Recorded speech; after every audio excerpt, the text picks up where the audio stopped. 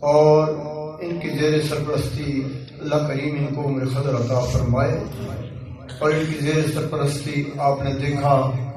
کہ کافی علماء کرام جو آپ کے شاگرد ہیں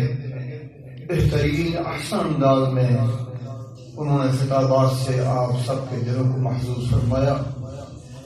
میری یہ دعا ہے، اور انشاءاللہ العزیز جب بھی حاضری ہوگی یہی دعا کرتے اور کرتے رہیں گے